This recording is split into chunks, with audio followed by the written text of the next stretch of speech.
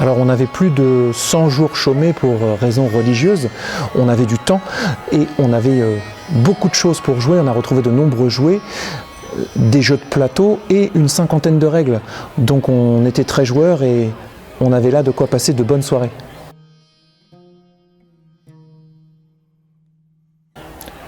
Une place importante. Le jeu est un moyen et un outil d'éducation pour les jeunes aristocrates, pour apprendre à compter, pour apprendre des tactiques, montrer leurs compétences stratégiques. Le jeu est un moyen de passer le temps, d'oisiveté condamnée par l'Église, mais le jeu est aussi un moyen de séduction. Lorsqu'un jeune damoiseau va passer une trentaine de minutes sur une partie d'échecs ou une partie de jeu de table face à une damoiselle, c'est l'occasion d'échanger sur de doux propos. Le jeu est aussi un geste politique. Lorsqu'on a la chance, comme nous aujourd'hui, d'être invité dans la chambre d'Henri II ici, c'est une grande faveur que nous fait le prince de nous inviter dans son intimité pour partager une partie d'échecs. Absolument tout le monde, les enfants, mais aussi les princes, les seigneurs, les dames jouent aux échecs, aux jeux de table, aux dés, aux marelles. Mais le peuple aussi joue aux marelles et aux dés. Et jusqu'aux moines qui vont jouer à des jeux de dés, à en croire toutes les interdictions mentionnées par l'Église.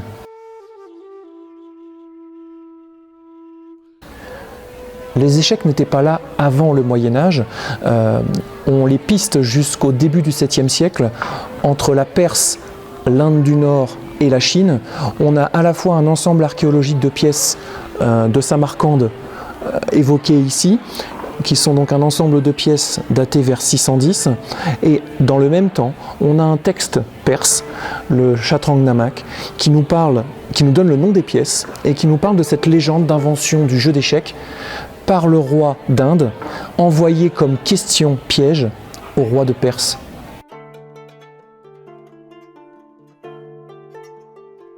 Oui, le jeu d'échecs et le jeu de table sont deux jeux symbole de l'aristocratie.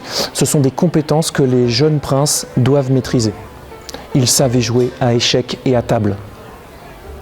Alors ce jeu d'échecs, lorsqu'il arrive aux portes de l'Europe vers 800, avec ces noms de pièces en arabe, on comprend bien le chat qui est un roi. Il faut comprendre aussi que le jeu arrive de façon avec des pièces abstraites, pour des raisons politiques et religieuses. Les premières pièces figuratives sont devenues symboliques pour éviter la manipulation des idoles dans une partie du monde arabe. Et ces pièces symboliques sont ce que l'on a à Cordoue et donc aux portes de l'Europe. Ceci ajouté au terme arabe, il y a quelques pièces qui ont posé des problèmes de compréhension. Ce n'est pas le cas du roi et du chevalier. Ni du fantassin. Par contre, le Premier ministre, lui, va tout de suite être traduit dans le premier texte en latin que l'on a sur les échecs, dans le poème d'Ensilden en Suisse, daté vers 980. La pièce est mentionnée comme Regina. Donc tout de suite, le Premier ministre est assimilé en tant que roi et reine. Un couple princier donc.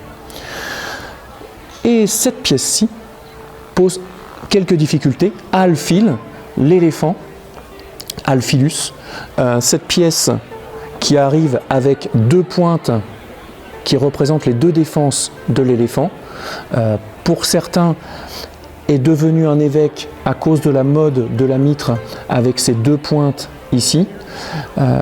Pour ma part, je pense que c'est plus sa place dans la cour princière européenne qui justifie l'apparition d'un évêque à la place d'un éléphant. En effet, qui va être plus près du prince et de la reine que les chevaliers, à part le clergé? Et donc, pour moi, c'est cette transposition d'une armée en cour princière qui nous fait transformer cet éléphant en évêque, ici sur les pièces de Lewis, datées de la fin du XIIe siècle, en ivoire de Morse, équivalent de 4 jeux retrouvés sur l'île de Lewis, au nord-ouest de l'Écosse.